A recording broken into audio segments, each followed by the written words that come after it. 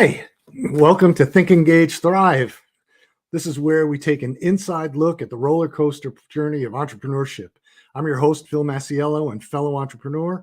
And each episode, we'll be interviewing a different founder to dive into the good, the bad, and the funny experiences of starting and growing a business. Whether you're a seasoned entrepreneur or just starting out, there's always something to learn from challenges, triumphs, and stories, those who have been there before. So sit back and get ready for some real talk and about what it takes to make it in the world of startups. We've got our first guest tonight is a young entrepreneur, Phil Dimuro, and he's a founder of Founders Approach, started in the business, and he's got a great story, somebody with a great insight into what it's like to be an entrepreneur, and again, the good, the bad, and the funny experiences. So, Phil, I'm glad you're here. I love your energy. So again, why don't you give us a little bit of a background, give us a little bit about a history of what you are, how you got here, and what motivates you. Yeah, Phil, it's great to be here. Thank you for including me in this. I feel as you introduced me as young, which feels great because I was even younger when you first met me a decade ago. So I feel like if I can keep that title as I keep moving up, that's a good sign. But yeah, I've been I like to say interested in entrepreneurship since I was a young kid. Very much so. I was got grounded. My first time I got grounded was trying to sell water door to door, thinking that was an okay thing to do for a young child. Promptly, I think my parents realized that they could feed into that rather than punish me for it. So it was very much so the early years of just kind of getting started, very much so trying to find my way through entrepreneurship and clubs and organizations and things like that all the way through. And it's really been something that I feel like I felt it from an early age. And I think the more I've grown into the role, it feels more and more natural to me. Yeah. I mean, I think that's an interesting point. And I hear that a lot, and I've experienced it myself. It was very difficult for me when I was young to get a job. You go to college and then you come out and you get a job, and you're thinking to yourself in the back of your head, there's something else I want to do. And I did it when I was 27. I started a business. That was my first business. It was a total and utter disaster. It was 3 years of pain and agony, and I'll talk about that in the future. But I learned a tremendous amount, and that's that led me, I think, down a better path. But I understand exactly what you're saying. It's definitely always the dots that you can see when you look back, right? The famous Steve Jobs quote of always looking back, they make sense, but at the time, none of it makes sense. And I think I'm 32 and very much so at the point where we built multiple businesses, some successful, some not. But every single one was absolutely a stepping stone to learn about and get enough skills to take you to that next level. And I think that's that funny part that it just always makes me laugh is it doesn't make a lot of sense at the time. If anything, a lot of times people that are too rational, don't get into entrepreneurship, because if you do get that first job out of college, if you do start down the corporate path, it's so easy to get very comfortable in that model. And I had that a little bit. I definitely went through my own sorts of career paths and in the corporate world. And after a couple of years, it just something didn't feel right. Something felt like I was missing something in my life. And I started working on ideas on the side. And that's what really got me to the point of feeling comfortable quitting. Well, where'd you start? Where'd you start in that corporate world? You went to college and then... Yeah, essentially. So I was graduating college back in 2012, right? So we're coming out of the great financial crisis. So the jobs aren't crazy, but through that period of time through college, I tried to sample as much as I could. I did a nonprofit that was in entrepreneurship for a foundation that felt really right. I worked for the government in the Navy, doing training and support, and then I did some restaurant work. I've always been in the restaurant industry ever since I was really young. My first jobs, and I got to experience some really incredible bosses during that time that were entrepreneur owners that kind of inspired me. So I always had a little bit of an itch for it, but getting up to 2012, getting to graduate, it was a tough job market. I had interviewed for probably 100, I'd applied for over 100 jobs, interviewed for 30, and just, towards the end of my college career was really searching. And a friend, I just happened to be in the room when a friend was mentioning to another friend, hey, my brother works at Boston Beer, Sam Adams. Do you want to, maybe you can work there this summer doing tours or something up in Boston. And I said to him, I was like, wait, can I, do they have jobs in other places? And sure enough, got the connection. They were looking for a full-time sales rep and had a crazy interview process at the time. But my first job was I was a brewery representative for Boston Beer, and I Wow, got to learn a lot through that process. that's great. And then the bug hit you. Yeah, Then you had the idea. The spark happened. it's definitely a moment. I feel like there's the itching towards it, right? Where you just, something doesn't feel right, even if the idea is not totally there yet. And I felt that all the way through college, right? And there were a few things we did on the side that looking back are horrible ideas, very funny ones. And it got to the point that basically, with Sam Adams, it felt right enough that I made the jump. I wanted to learn while I was at the company. They invested heavily in like sales and entrepreneurship, like training essentially, because my Sure. was half of Maryland was my territory, and I dealt with the thousands of business owners there. And I got an insight into all of their businesses during that time, and I got to see, hey, maybe I want to own a restaurant one day. And then I realized like how demanding that industry is. I immediately stepped back.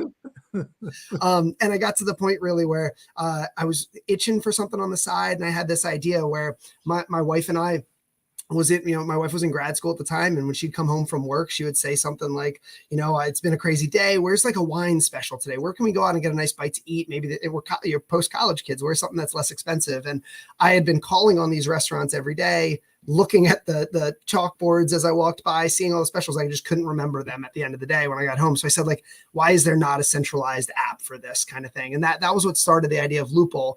And it got to the point that built it on the side for about a year.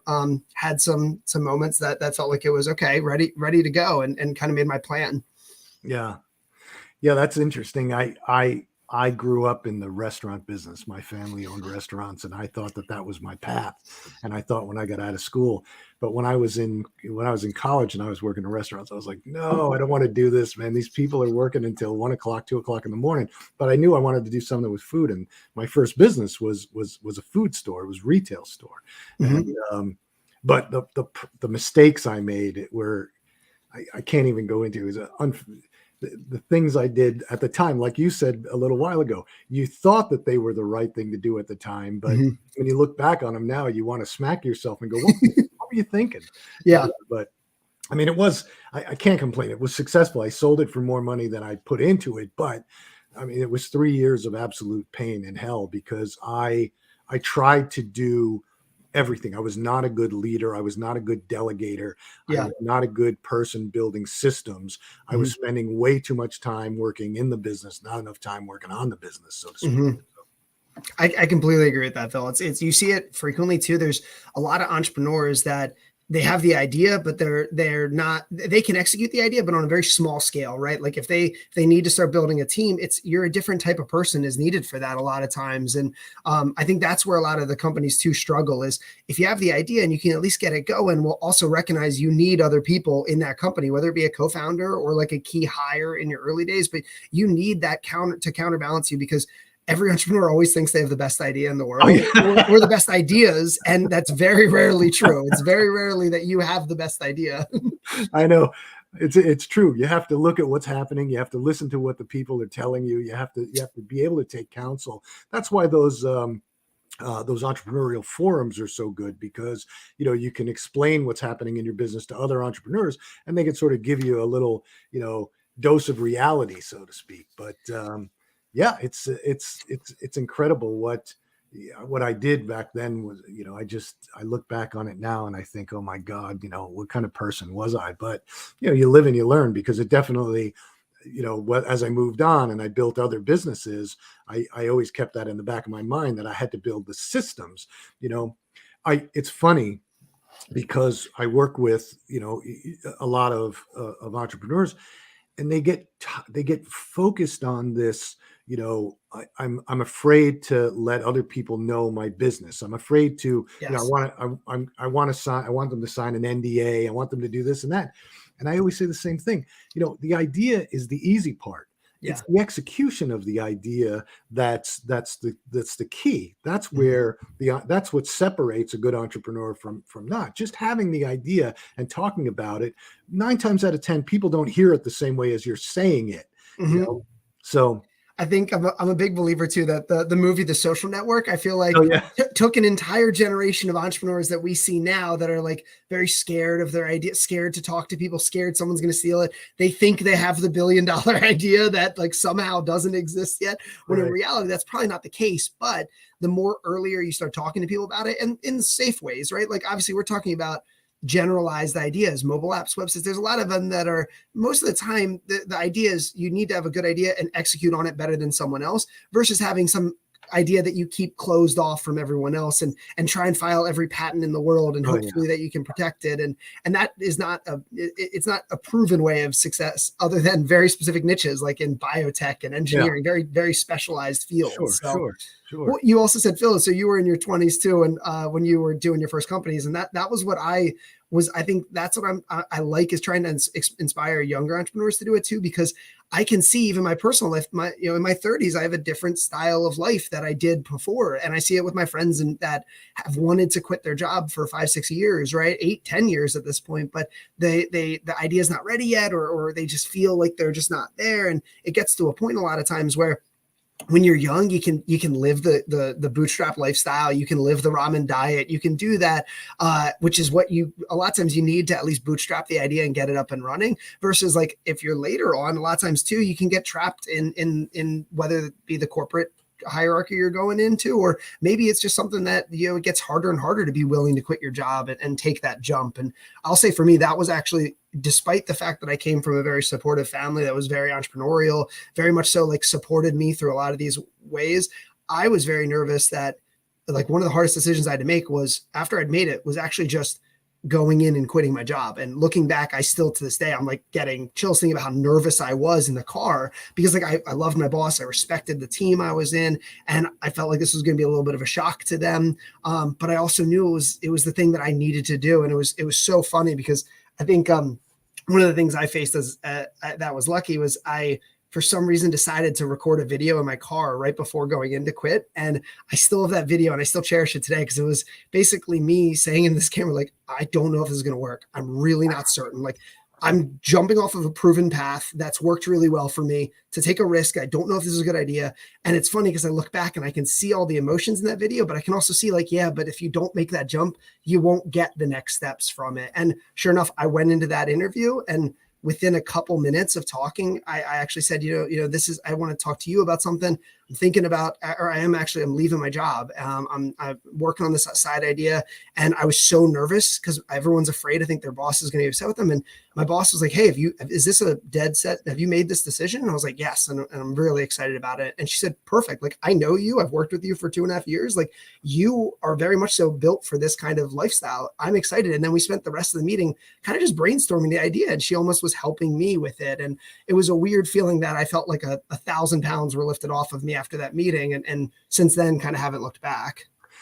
Yeah, it's amazing, the leap, right? It's almost like jumping off the cliff, because now and it gets harder and harder as you get older, because you get married, you start to have kids, and then you've got these responsibilities, and you think, how am I gonna pull this off?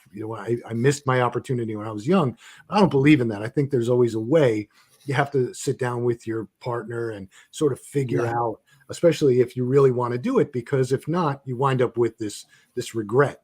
But totally. I mean, it's a really good story that your boss at the time sort of helped you walk through it and saw that you were good at it, which is it's not something that happens every day, because there are a lot of bosses that go, oh, you're quitting, now I'm going to have to hire somebody, and now I have to do this, not thinking about you as the individual and what's right for you. So so you built Loople. Explain it. Tell me about it. So the idea really came from working in restaurants, but really not being able to remember the specials afterwards. Find where live music was, find where a place that had a pool table if we wanted to play. So it was all the information that at the time wasn't on Google and wasn't on Yelp, and it was only on the individual websites for the business, or like when you actually show up to the restaurant, you'd see the special at that time, which is not the goal. The goal is to bring you in from the special. If I'm already there, you're kind of downselling someone to the special. So the idea for Loople was to aggregate thousands of this information into one area. We had launched in Baltimore at the time. We thought it was our city where we had been working in and knew very well. And it got to the point that we said, okay, we want to get this thing running. I knew that I was going to quit my job to do it. My one co-founder at the time wasn't totally sure about it. And we kind of had difficult conversations to negotiate some equity. And we were able to give that to another co-founder, Dave, who you know now, who came into the company. And he was willing to quit his job and take the leap with me. And we were kind of spearheading it. And the idea was really finding all this information, but from within a second from opening up the app. And very quickly, we had thousands of businesses on the platform. And we scaled it to, at the peak, we were having 10,000 monthly active users on the platform. But at the same time, there were a lot of struggles behind the scenes where we were thinking that users would keep this information up to date themselves, so we didn't have to manage it. And that wasn't totally true. And we thought, okay, we can scale it to Annapolis and these other markets pretty easily. And we realized, no, you really need people in each market. So a lot of the things I think that we as an entrepreneur in the very beginning, Dave and I were saying, oh, we'll scale our way out of this issue. We won't face this issue because we'll just scale past it. That was a complete lie. Like the things that I think made us fail were the same things we knew early on, but we just kind of thought they would get solved if we just got enough users, if we just got enough businesses on the platform. And I don't know, looking back, if that was the right thing, if that makes sense, but it gave me a ton of experience. Yeah. I think, that's always sort of been the downfall because of those types of apps, because the restaurant, bar, club business is very fragmented, and those people focus on the owners, the managers, et cetera, focus on the here and now. Tonight we're doing this, tonight we're doing this. They don't think about, well, let me update the specials in this, this app. Let me do this. They're not built that way. And it's not something you can automate. We have that problem with another company that we work with that has this fragmented. It's in the recycling world, and they have these cooperatives that pull together all the recycled material, and then the company's website gives the ability to sell that recycled material. So they're actually doing a service for the cooperatives, but the cooperatives are so fragmented that they don't keep up the inventory. So nobody knows what's really out there. So now they're rethinking it as, sort of, we'll consolidate all this inventory and we'll take care of updating the inventory. But that's always been the problem. And, it's the same thing in your case, because that information from those clubs and bars is the inventory. So. Yeah, exactly. And I also find it interesting because I think about when I was really early on in this and just learning about business. I don't think they taught you this in college or in school or anything, and I studied entrepreneurship in school. That's what I've been interested in.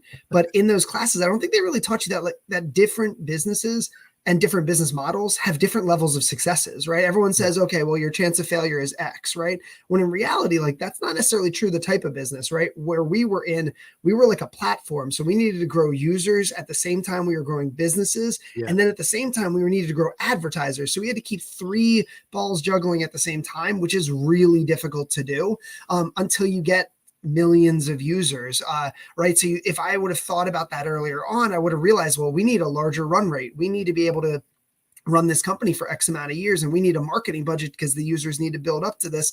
And we kind of grew month on month, and we were growing at nice speeds, but it was not enough to kind of escape that escape velocity you need for a company to really get it to keep growing like crazy. And it was very interesting versus, when we kind of made our pivot and we switched into other business models, right? I started realizing, wow, there's business models where you get paid up front. There's different businesses too that are just easier. You can sell one unit of it at a time, and you're actually purchasing it rather than being like an ad supported platform. So I thought that was kind of one of those eye-opening moments for me.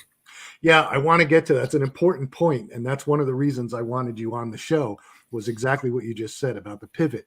But before we go there, we have to take a minute, because we do have a sponsor for the show, and I had them send you some product.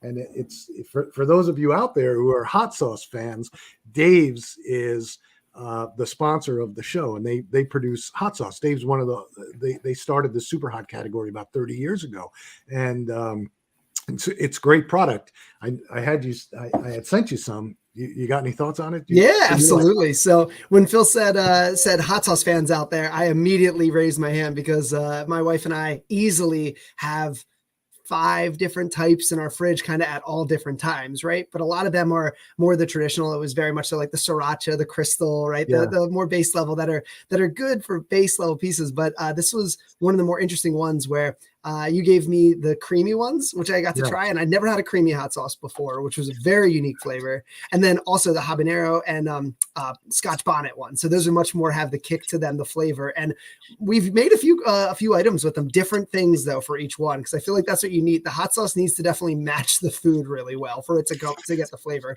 Yeah, it's interesting, the creamy hot sauces, right? Which I really like because they have multiple uses.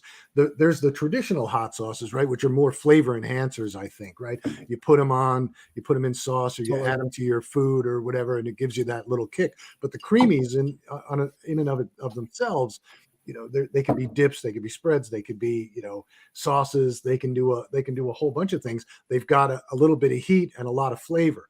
And some of the hot sauces I think have a lot of heat and a little bit of flavor, and I'm sort of in that middle balance. I like heat, but I like flavor as well. So That's exactly, I think, where I am with a lot of it, where I'm a big fan of it needs to have a balanced amount to it. And I thought it was interesting, right? So some of the things that we did, my wife and I, as many people I feel like in America the last couple years, have gotten into air frying craze. So yeah.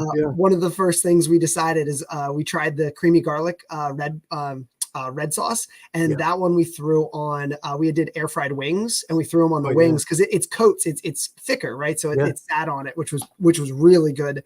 And then versus the ones that were much more the habanero, the Scotch bonnet, those we always throw into like soup sauces or Asian meals. Like that's where very much so we decided to go with it. So I'm excited to have these as an addition in the fridge. Yeah, they're a good company. I've been a fan of their products for a long time. So getting back now, the pivot, because I think that's an important concept, because a lot of people, and I talk to a lot of entrepreneurs, and I mentor a lot of entrepreneurs, as you know, and I think they all believe that I built this plan and everything is going to go according to plan. And I don't think I've ever seen a startup go according to plan. None of mine went according to plan. I can tell you that. And so, the pivot, how did you know? What did you think? What was the kicker? Well, so for us, I think this was one of the true benefits I had with having a co-founder who was fully in the company with me at the time, right?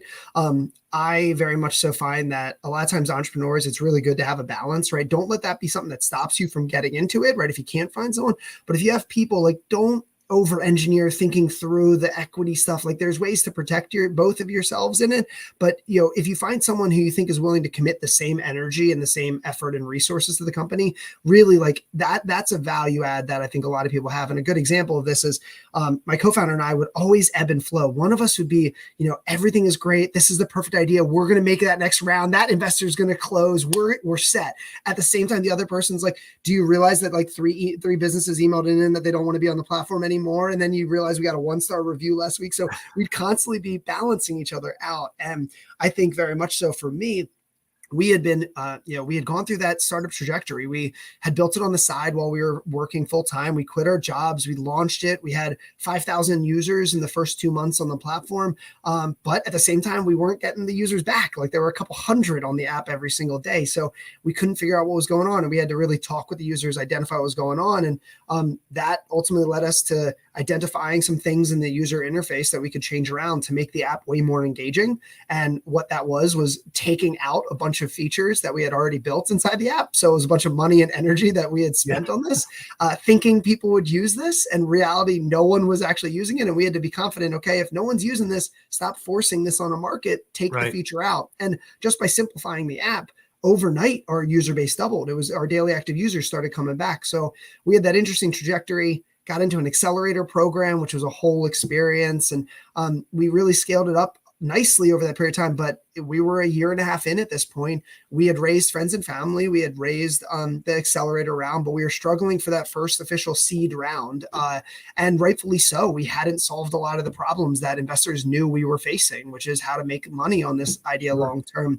We had sold about 30 grand worth of revenue through the platform, but at a year and a half to 2 years in, that's not enough to sustain my co-founder and I, who were digging into our 401ks, doing things that we knew weren't long-term solutions. So we knew there's a runway that's running out, and we had to kind of figure it out. And my co-founder, the pivot moment of knowing it was my co-founder And I had a really difficult long weekend of just constant no's, and you're always going to get that. But when the yeses come fewer and farther in between than they used to, something doesn't feel right. And I was the ever optimist trying to convince him, no, we're going to figure this out. We're going to scale our way out of this problem. It's going to be great.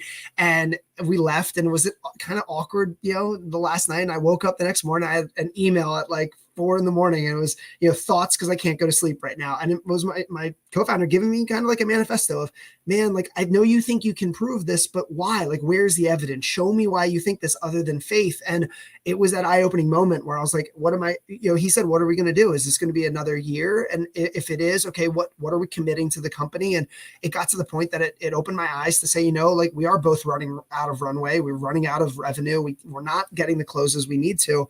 And on the flip side, we had a potential investor on the line for a while. And ultimately, after 4 months, he gave us a verbal commit in very quickly that he would give us $250,000 for equity in the company. And in 4 months after that, we still could not convince him to sign the papers, even after all of this. So it got to the point that he was saying, actually, guys, I'm not going to invest in you, but I want to hire you to come build an app for me. You guys are going to move up to Philadelphia from Baltimore. I'll hire you. You'll run the company, because he was an older gentleman, very successful in his life, but didn't have the same energy he wanted to do it. And he was in his retirement. He said, I'll hire these young kids to do it. And Dave and I said, like, no, we're not going to take that offer. We don't want a boss right now.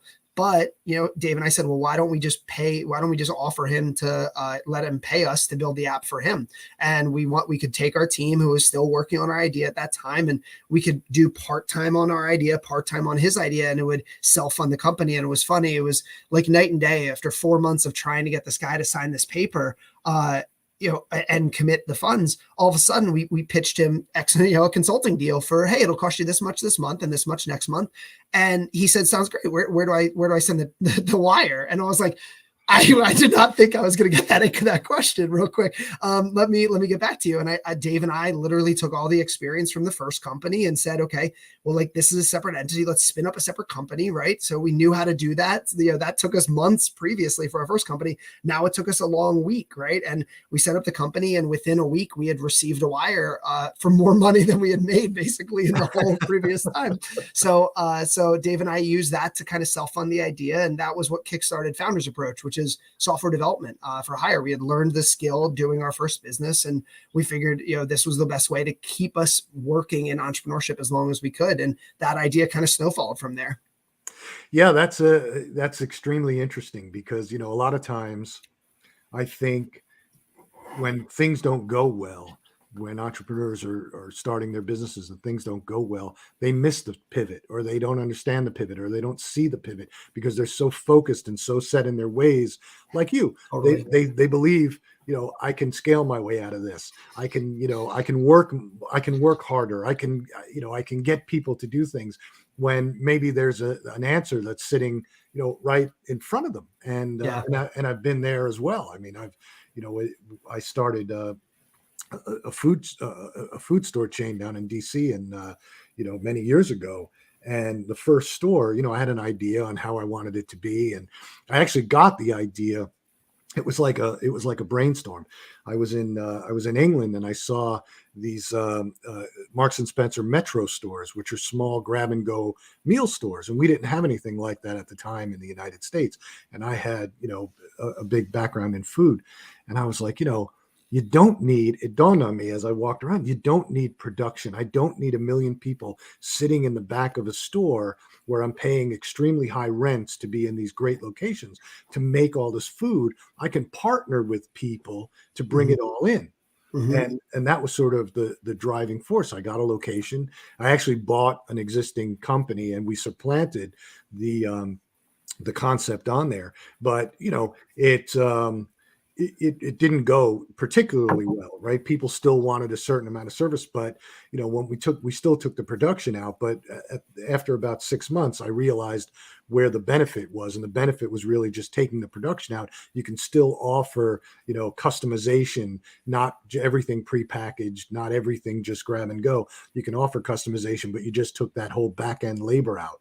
Mm-hmm. So that was sort of an eye-opening experience, and that allowed us to open up a bunch of stores in DC. But Do you feel, I'd be curious to know, do you feel like I feel like I talked to a good amount of entrepreneurs and it's kind of almost 50-50. Some think that it's like the aha moment, they have it and it just clicked for them. And some feel almost like it's you built to this idea until almost it's in your mind without you ever thinking you thought of it or something like that. Yeah, that's interesting. I never thought about it that way, but yeah. I mean, I think for me, there's always, when I start something, when we first get going, there's always that problem in my head that I can see the next problem and something's not right and something's not going right. And then I'll make a change. And then all of a sudden it becomes, This, that was the problem, yep. So. I totally agree with that. I think also too, a lot of times with younger entrepreneurs getting into the space too, I hear this a lot where you don't celebrate your wins enough too, because when you're a small company, like there's always stuff going wrong. It'll never be perfect. Right. But if you don't ever celebrate your wins, like the small ones, I forget where I heard it, but someone, or maybe a YouTube video, something early on when we were getting started with Loophole and we were talking about how we had gotten, our first 1,000 users on the platform. Someone said how a lot of times when you're building, for us, it was digital. We didn't see these people, right? We'd see them occasionally when we were out in the field, but those numbers didn't mean anything tangible to us. And I heard someone say, like, now imagine 1,000 people are standing outside your house right now. And that like visualized for me, wow, this is actually, I'm impacting a lot of people. And that feeling is almost very addicting in a sense. And I'm seeing with my wife now, who's starting up a small business, upcycling a bunch of items online that she's finding. And what she says, she's nervous to celebrate the wins. If she got like 10 orders in a weekend, right? Like, oh, cool, I can always have more. But in reality, like, think like that's 10 people that bought something that only they did because you were there for it. And I think that's when it starts building on itself and gets more and more exciting as it goes. Yeah, I think, I have an agency now. And so we help e-commerce companies and we do branding and we do advertising, et cetera. But one of the things that we've learned to do and we preach to, our clients is, and this goes along with what you were just saying, picture 1,000 people outside of your house. You can talk about demographics and psychographics and all this stuff, but until you build a brand persona of who you're talking to, and give them a name and put them in your office, male and a female, give them a name, build around them what they like, what they don't like. Now you know who you're talking to. And I actually got that from years ago. We had a skincare line and we were on Home Shopping Network, and the CEO of the company, Mindy Grossman, she always used to refer to her when she talked. She'd say, she doesn't like this and she doesn't like that. And you would say, who? And she was like, our customer, because we know who our customer is. And she could rattle off exactly who the customer is. And she always referred to her as, as she, like that. And she explained the whole concept of the brand persona. And so she understood who she was talking to at all times. And, it permeated through the organization. And I think that's important. Because if you're just talking to air and you're talking to digital air, it doesn't work as well. Totally agree with that. Yeah. So you built Founders Approach. You're still rolling. So what is it you're doing? Like, explain to me that business? Because now you've pivoted from Loophole. Yeah. So, and it's crazy to think about, because this was, we quit our jobs back in 2015 would have been when we launched. So we launched our company in Loophole in 2015. We launched Founders Approach by 2017. Right. So we had those first 2 years. So then since then, right, essentially we've been building, a services business, right? So mobile apps, software products for clients, small to mid-sized businesses, basically anyone from a founder with a brand new idea, right? Which we had that intimate experience with ourselves, up to a $10-20 million business, right? Who is looking for a piece of software to solve an issue that they're facing. But in reality, the softwares that exist on the market aren't solving that problem for them, right? They might need a CRM, but they're in a very niche industry that there's not a CRM with the custom features that they need for their business. That's why they can't just go use a HubSpot or a Salesforce. And what we learned, right, a lot of times is technology, you're building something to solve a problem at the end of the day. So you want to identify that problem and know that problem, really deeply in the earliest stages as you're getting built. So a lot of times the founder or the C-level executive, someone in the team comes to us, and essentially, our team has steadily grown throughout the years. What we realized, right, is our business niche is basically we are localized project managers in the United States, and then we have overseas developer talent. So what we try and do is our price point, we can come in right in the middle, right? We're nowhere near as inexpensive as trying to outsource yourself, but we de-risk it a lot, right? There's a scenario where a lot of horror stories come from trying to do it yourself overseas and managing the cultural differences and the time differences. Then on the flip side, you can go and pay domestic developer talent, which is incredible. And I think there's really good value there, but it's very, very expensive nowadays. So only really, really well-established companies can even come close to affording some of this retainer work they might need. So that's where we kind of come in into the market. And I think Dave and I, it was very evident early on, we had something that was working, right? We could tell because cash was coming in from clients. We had interest coming in. What we had to do, though, was really learn the business in those first 3 years. So those first 3 years of us were very much so, do our existing systems that we have from Loople work for this new business, or is there something we need to be doing differently? So for the first couple weeks, I basically took all the time off I needed, and I just binged online content and coursework and things like that were free online to really understand the technology piece of it that at that point I knew enough of, but I didn't know enough to be dangerous in. So I kind of, we sat as a team between my co-founder and I, figured out what we needed to do, figured out the roles we were going to take. And the first 3 years really felt like it was building. We were making huge incremental changes. Every change you make is like a 10% improvement on the company, right? Everything feels, crazy. And it's funny, the last 3 years has been very stable, right? As the company is almost more at maturity now, where we have much more of a flexibility to it, right? I think my co-founder and I are at a different stage in life too. So we like the balance that we get from our job. It's still crazy to me that it's been 8 years since I've had a paycheck, an official paycheck from a company that we didn't get from actions we took. So it's been really exciting. And I'm proud that my co-founder and I, through all of it, just continually figured out ways to work together to make it work. And our team's now about 15 people big, which is exciting. It's grown from just 2 of us in the early days. And it's continually scaled up from that. But now we're at a point where I think we're going to stay here for a little bit. I feel very comfortable with what the value we're providing, where our price point is. And I think right now it feels like a good balance of what we have. Yeah, I think that's that's an important point, because it's, you started out with an idea for Loople, you pivoted into this other business, but which was sort of like Loople, but not exactly, and some components, and then you had to learn it, but you learned it pretty quickly, and then you had to build on it, because it wasn't your background, and it also wasn't your first idea and first Exactly. concept.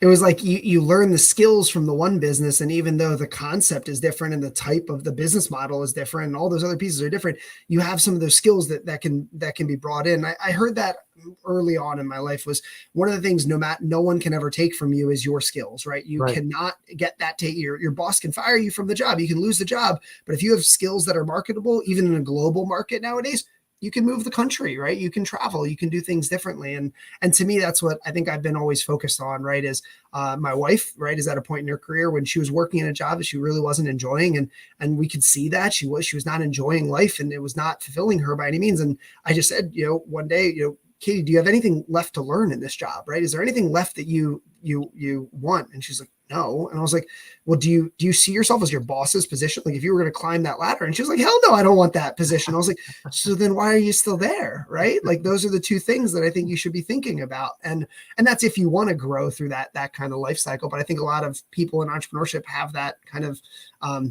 itch. Yeah. I think that, for us, I started CruncGrowth back, God, I can't remember, 2016, I think, somewhere around there, but accidentally. It wasn't something I planned on doing, right? I had the razor business, we sold the razor business. I had the skincare business, we sold that. We sort of got into this based on requests, but our focus was on, strictly e-commerce and Amazon, helping people scale on Amazon on seller side, and helping people scale on their e-commerce platforms, and, doing, SEO and things like that, running ads, social media ads, etc. But that's not really what we're doing today at this point. So I've had to continually learn. And just like you, there's a lot of things we do that I didn't know, when we first started out. And we're more today, because of the demand of video, not just with social media video, but video ads on Amazon, video ads on any platform, social media platforms as ads, social running video as posts, just understanding how people are interacting with video, TikTok, etc. The role that plays.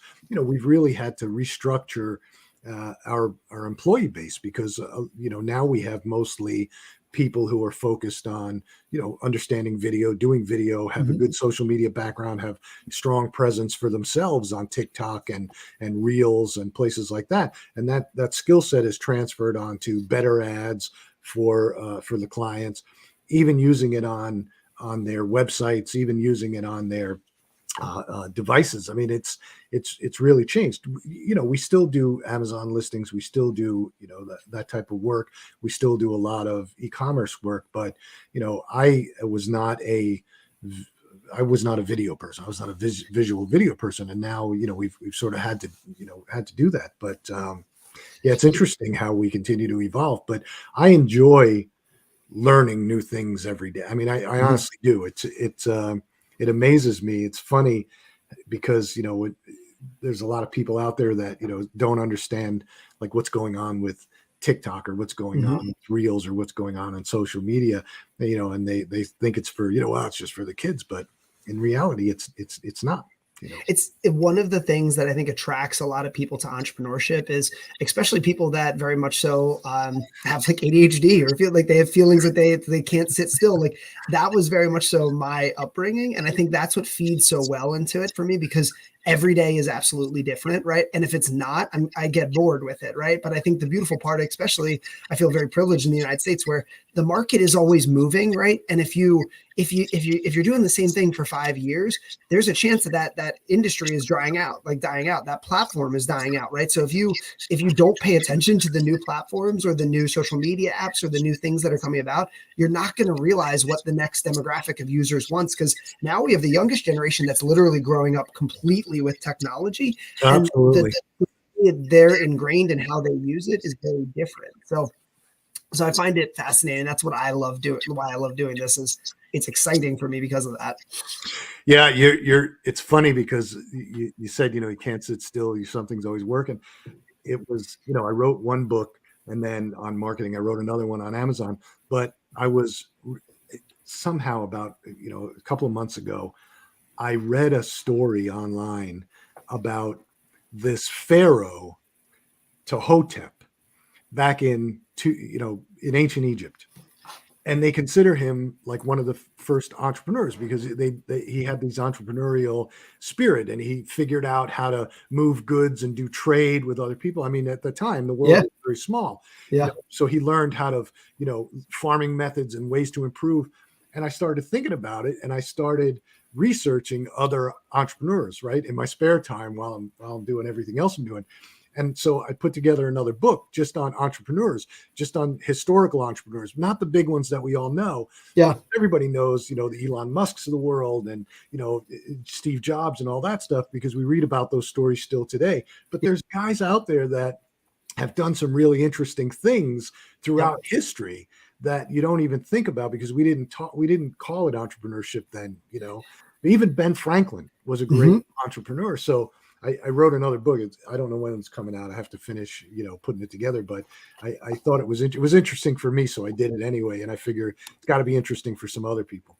I completely agree with you. And I think that it's funny because entrepreneurship, I feel like I've gotten lucky in the sense that it's become like a cool thing to do when it wasn't very much so before, right? Like if you were entrepreneur, if you had like, especially, I mean, in the early 2000s, if you were an entrepreneur, that just meant you were unemployed, right? And that was basically it. And then it was basically, prior to that, it was, the job market's so good. So you need to, why would you just go into the careers? In the 1980s, you had all these big businesses getting built, and you had, all of these big areas, versus I was very much so in this segment where coming out of the 2008 crisis, right? And I was young when that happened, but I had that scenario where the job market wasn't the best, but what that encouraged people to do is it made people realize, oh, I have other opportunities. Like I'm a big believer that I think a lot of there's the stats show it that a third of the millionaires in the US are first generation immigrants to the US. And a lot of times, I think there's many parts to it, but one of the ones is also very much so the access to quality jobs isn't the same for that individual. So entrepreneurship feels like a logical choice. Oh, I can go without a paycheck. I can figure this kind of piece out. And I think I almost feel blessed that I had kind of the ability to jump into it, right, and be interested in it at an early age instead of kind of following the trajectory where I could definitely still see myself with that company, 10 years from now, but I'm much happier where I am now, and I have much more flexibility, and I think that matches what my lifestyle of what I want for the future, if that makes sense. Well, I think that's a good point. I have to take a break real quick and run a commercial, so I'm just going to put you on mute, and then we'll come back, and I want to talk a little bit about lifestyle.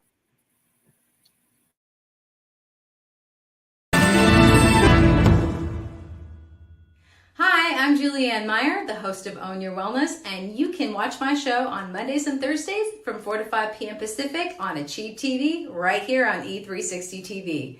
Remember, there's more to health and wellness than broccoli and burpees.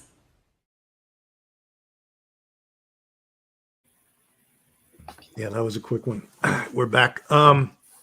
So, I think that's an important part, and we've talked about this a little bit earlier, but I think a lot of times entrepreneurs have this idea that they have to build a business that's going to be the next billion-dollar idea, the next billion-dollar business. And maybe, just maybe, you're doing this because you want the freedom and the lifestyle to do what you want. And I know that you've talked about it, and I know you've talked about it with your partner.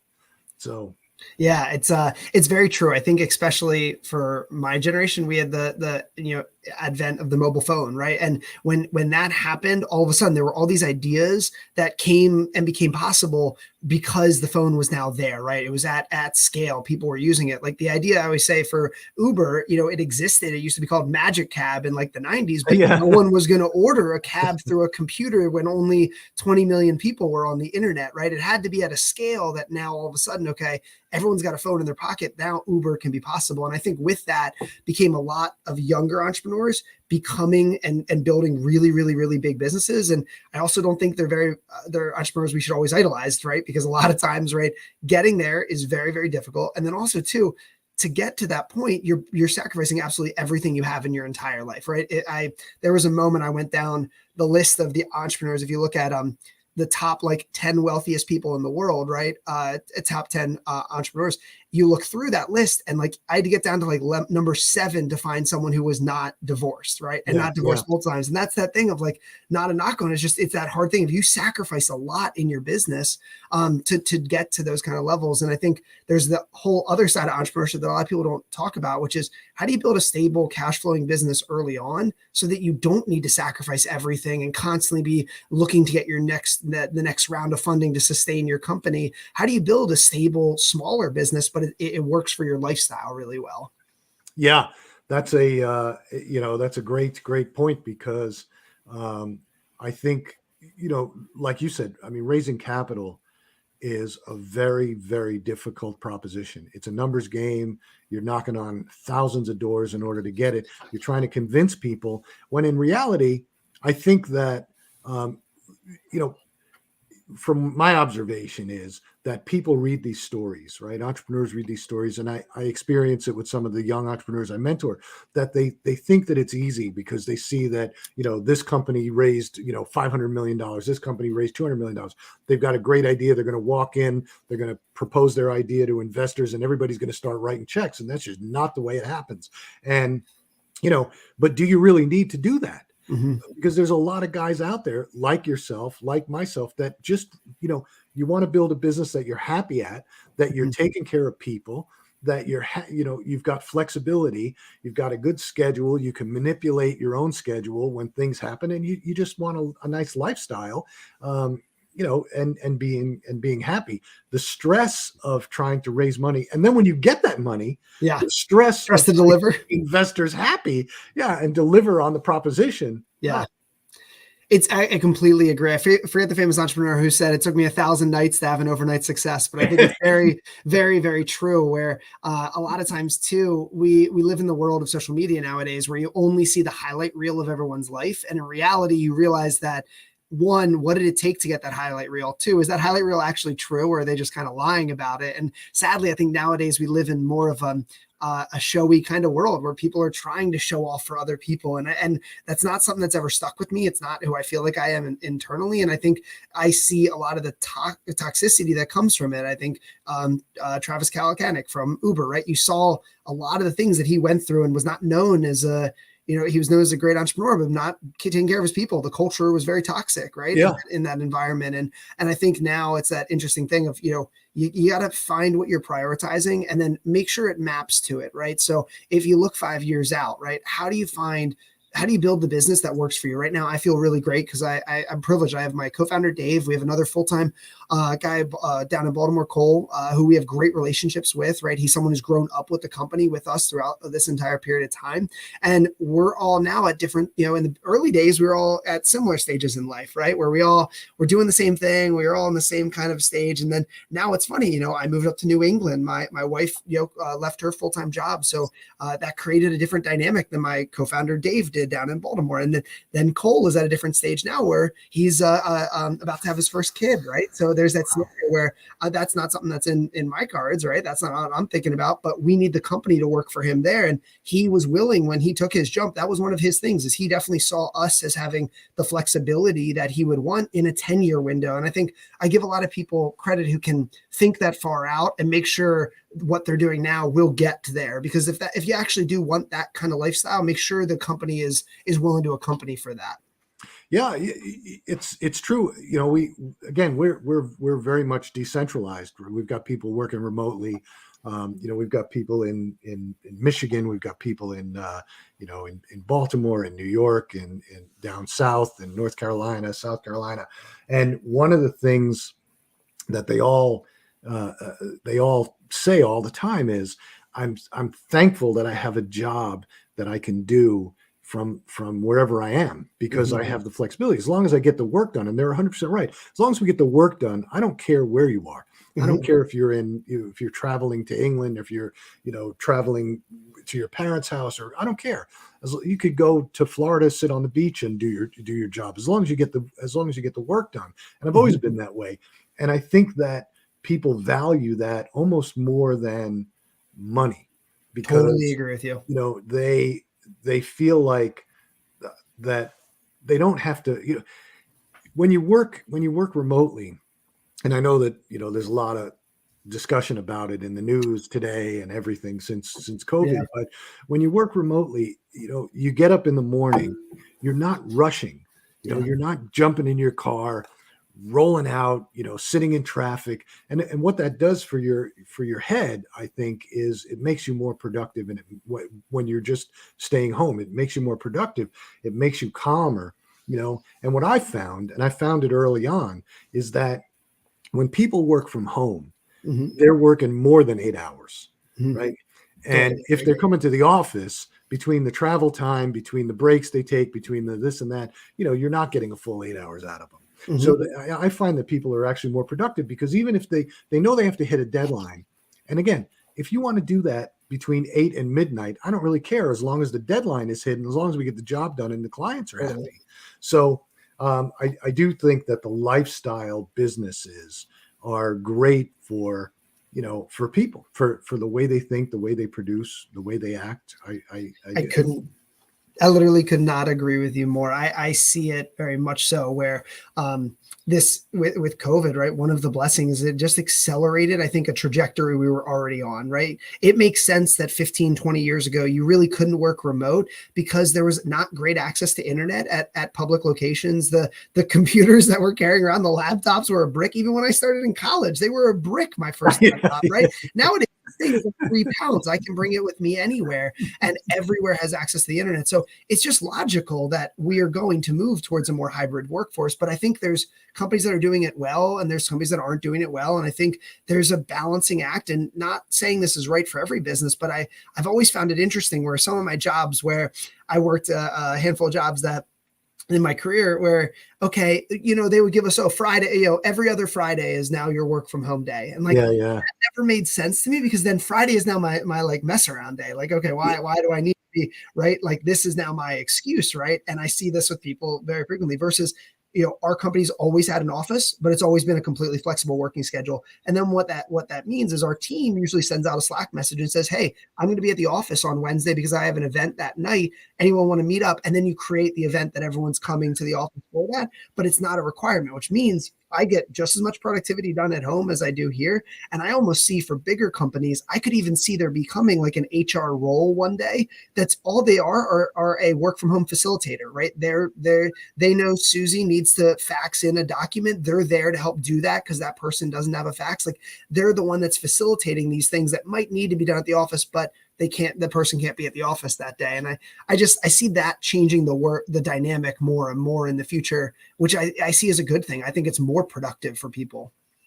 Yeah. I was just talking to somebody, I can't remember what company they work for, but they're doing this. They're testing out this.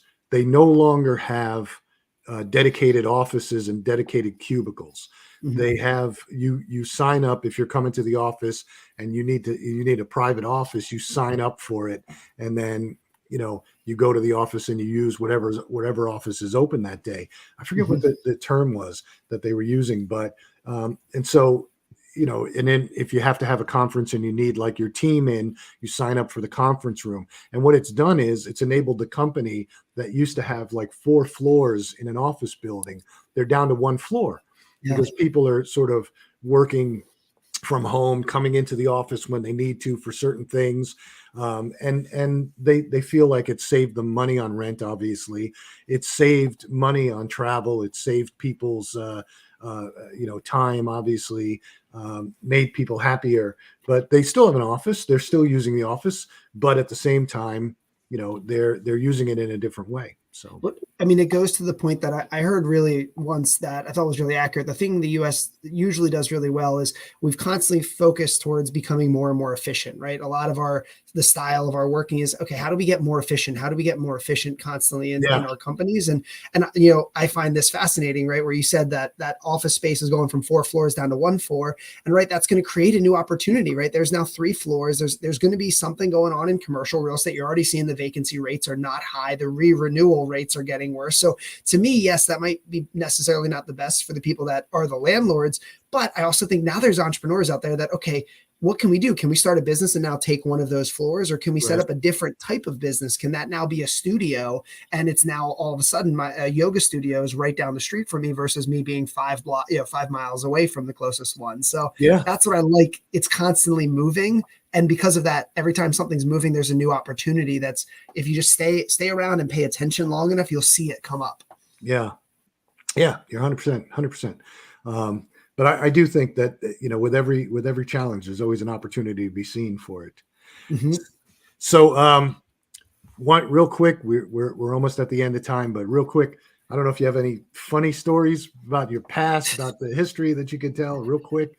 Oh my gosh, I could go on for a minute, but I won't. The highlights I will say from one of ones is way too many entrepreneurs are way too focused on their idea and they are tunnel visioned in. And I think I had a perfect example of this with the Loophole days where I built this mobile app. It was all about finding specials in your local area. My wife was super supportive. She's always been my number one supporter. And it got to the point where we were about to launch and she said, I want to be the first person that downloads the app. And I said, okay. So I pushed the app live on the App Store. So we stayed up late at night. We saw it was visible. She downloaded it and she gets to the sign up screen. And the first question is, will you let us use your location so you can find all these specials in your area? And she hesitates. And I just froze and I looked at her and I'm like, she's going to click no. Clicks no. And I had never realized, like, I'm so focused. Every time I download the app, I hit okay. You could click no, it goes to a dead end, right? So overnight we had to quickly fix everything. And I said to her, I'm like, why would you click no? She goes, I don't want them to have my information. I was like, I am them. Yeah, I am them. That was definitely my highlight of being way too close to my business. Story. Great story. Phil, thanks for being on. I really enjoyed it. I think the listeners got a lot out of it, and just hang on. I'm going to end this, and yeah, we'll be right back. I think it was great. Thanks a lot. Not a problem. Excited to be here, Phil. Thank you for the time.